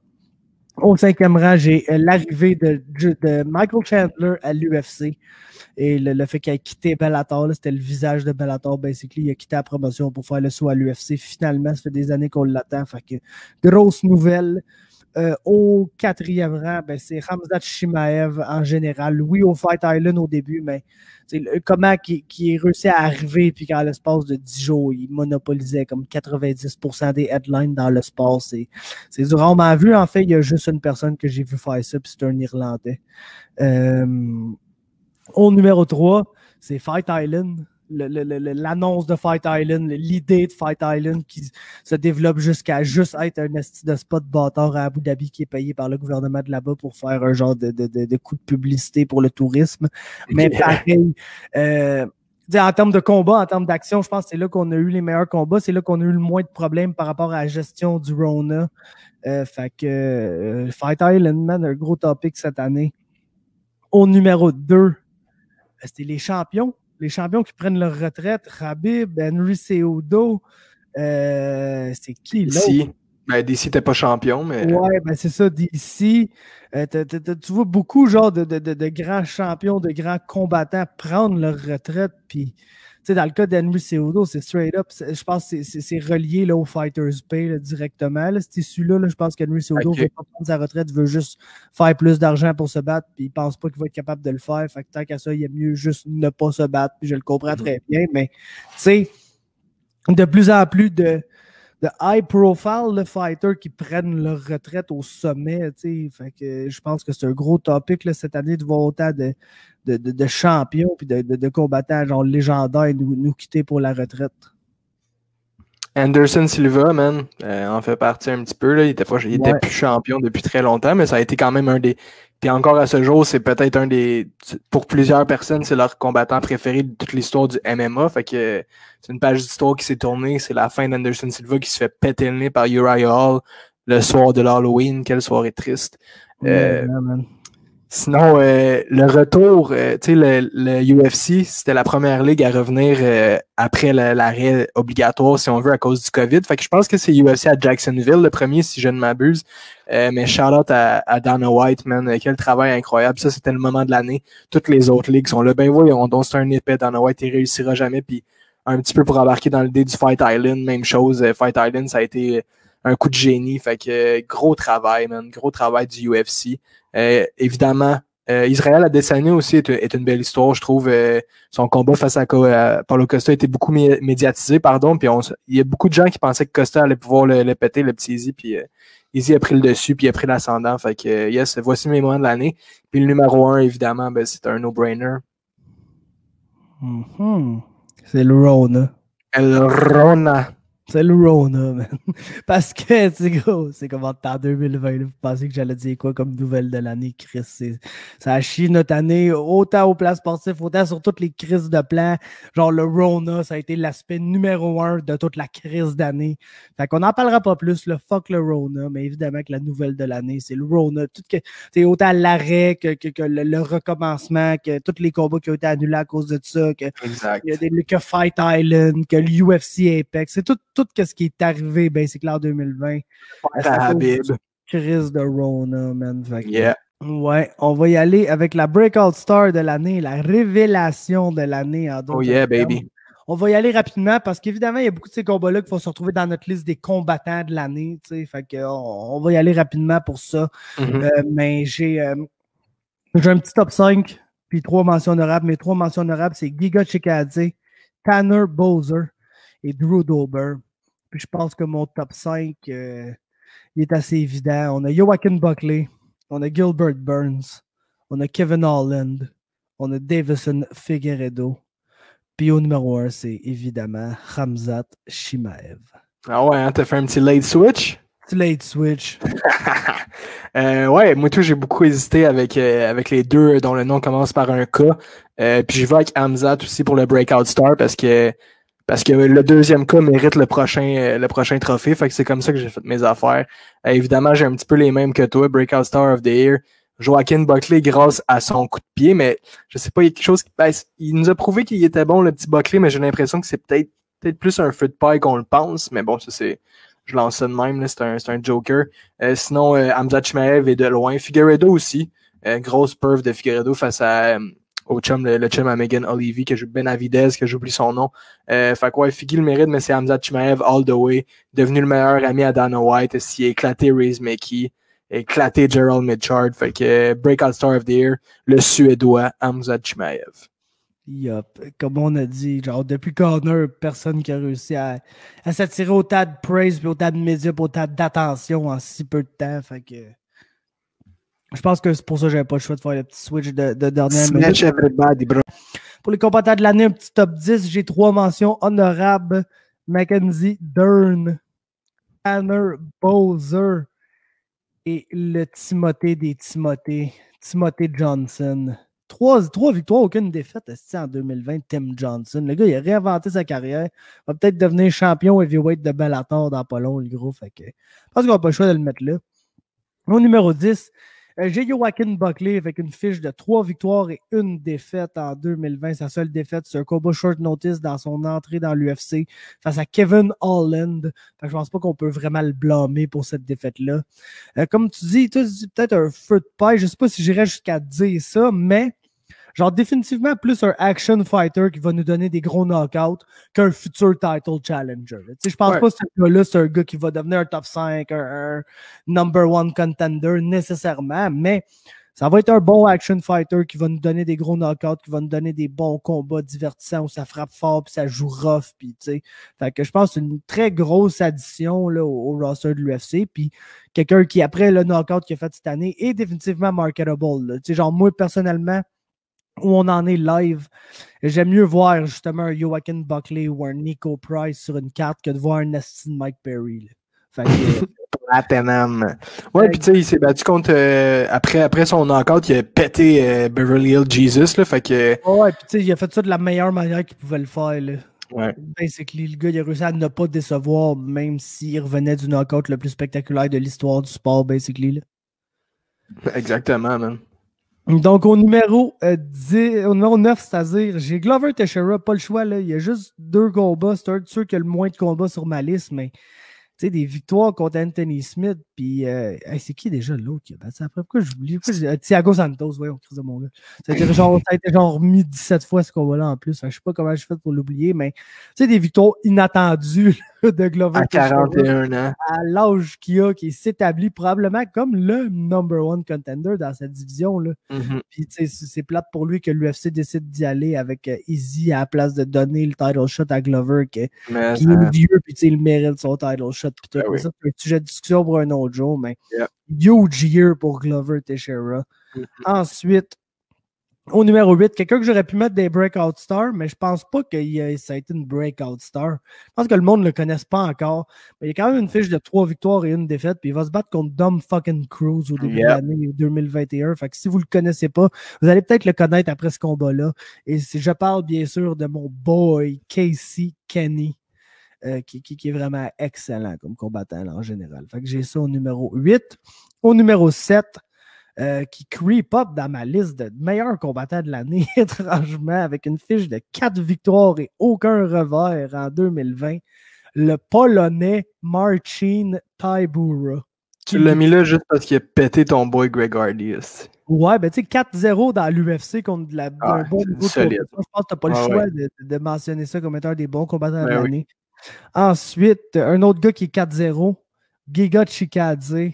Je vais le mettre devant Tybura parce que même si je pense que Tybura a battu un plus gros niveau de compétition que Chikadze, ça reste un heavyweight. Puis je pense qu'un gros niveau de compétition à heavyweight, c'est à peu près la moitié des skills techniques que ça te prend pour gagner un fight dans le bas de la division en 145 livres.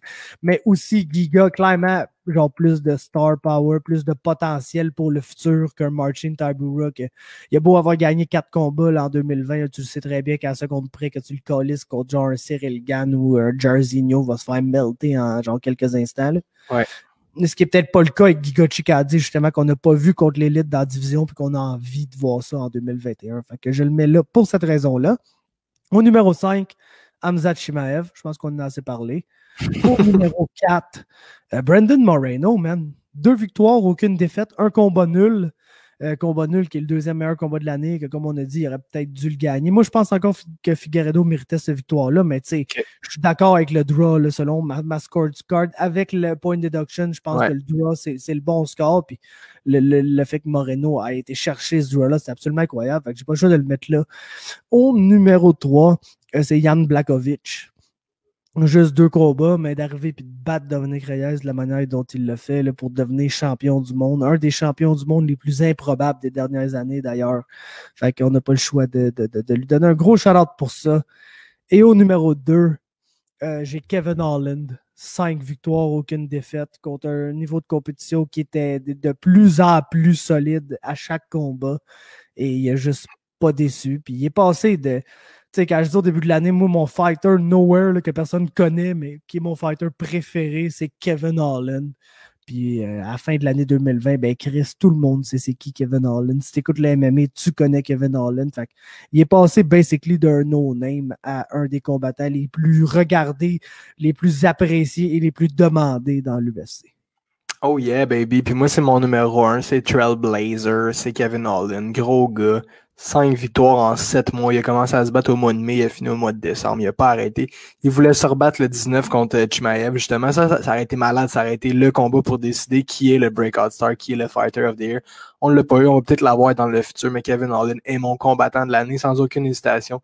Un gars qui est capable de te vendre des billets, ça, on sait que le UFC et Dana White aime ça. Un gars qui a une grande gueule. Il n'a pas peur de parler en dehors comme dans le ring. Une technique, un striker hors pair, un reach de 80 quelques pouces. Il se bat sur son natural weight en plus dans le middleweight. Il pourrait descendre, il pourrait aller se battre à 170. Probablement qu'il va le faire à un moment donné, mais un maigre bonhomme pour les middleweight, puis il a 5 victoires, aucune défaite. Fait que let's fucking go Kevin Holland, baby. Yup.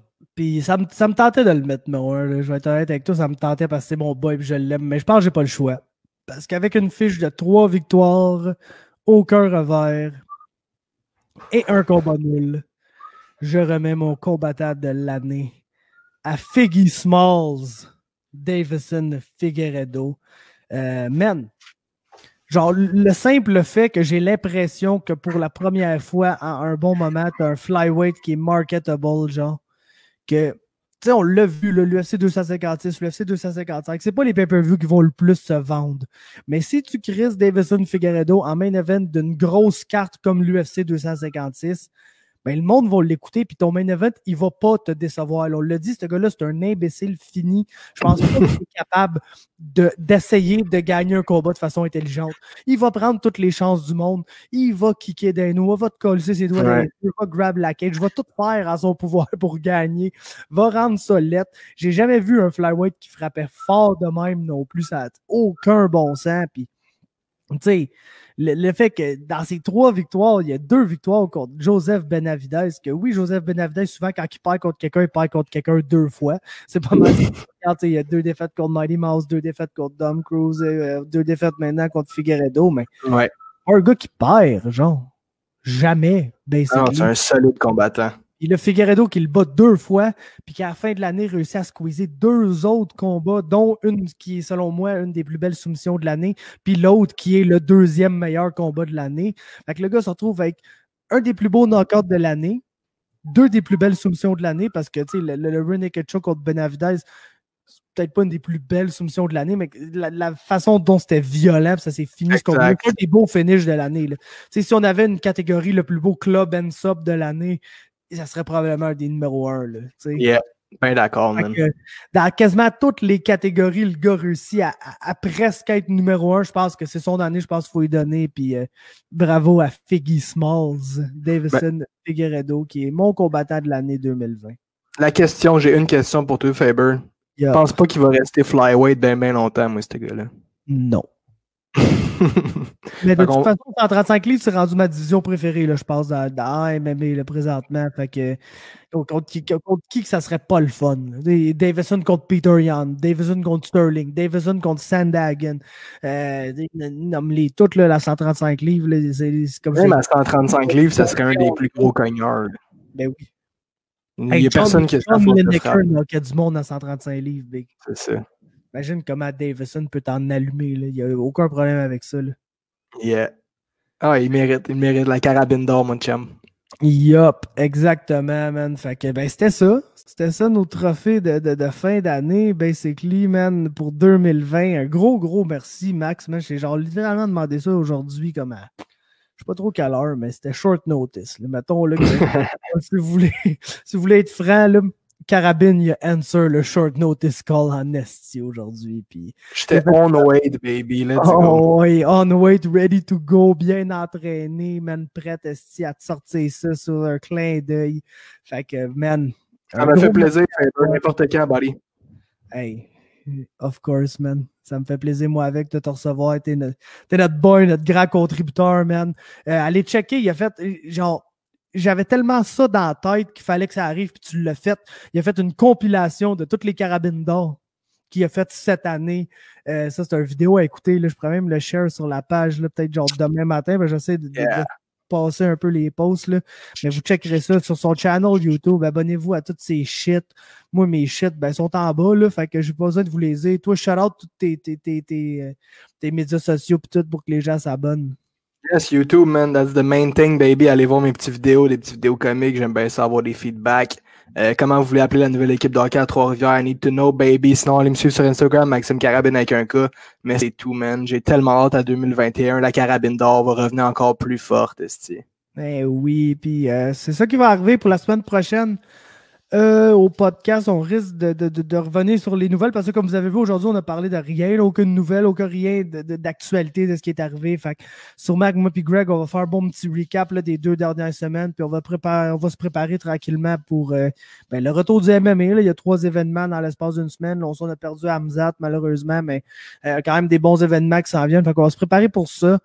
L'autre affaire que je voulais dire, je sais pas, j'en ai pas parlé avec Greg encore, mais I guess que c'est ça qu'on va faire. Ça va faire 1 an là, bientôt, c'est le 50e épisode aujourd'hui là, du Hypoke Podcast. Je pense que le 52e, ça devrait coïncider avec le combat de Conor McGregor, que vous rappellerez tous, c'était notre premier podcast là, à Greg et à moi. Fait que je pense que pour cette semaine-là, il y a des chances qu'on soit pas live le dimanche. Genre, il y a des chances qu'on fasse vraiment ce qu'on a fait pour le premier podcast, c'est-à-dire que je débarque chez eux, qu'on fait un petit podcast ensemble, puis que la deuxième partie du podcast, c'est notre réaction au combat de Conor McGregor, comme pour un peu faire throwback à notre premier podcast ever, vu que ça va faire 1 an qu'on a commencé le shit pis tout. Fait que c'est à suivre pour les prochaines semaines. Et puis, crime. Merci encore une fois à Max. Merci à tous ceux qui ont été là ce soir. Je sais que c'était différent, là, tu sais, comme on n'a pas le même setup, j'avais pas mes overlays. On a changé d'account StreamYard. Puis moi, vu que je dors en dessous d'une roche puis je joue trop à Among Us, j'étais pas La semaine prochaine, on devrait avoir le setup initial. devrais-je dire. Et puis, ben là, comme vous avez vu, malheureusement, c'était pas live sur YouTube parce que je pouvais juste le mettre live à une place. Fait que je vais uploader le vidéo sur YouTube le plus rapidement possible. Fait que tout va être là comme d'habitude. Moi, share ça, mon chum. Yes, sir. Thank you, guys. Merci, Max. Merci à tous. C'était nos récompenses de l'année 2020. Puis comme on n'est pas sur le StreamYard, ben on n'a pas la toune. C'est que ça me fait chier de ne pas avoir la toune Mais c'est ça. On va tous vous crisser nos doigts dans les yeux comme si on était John Jones.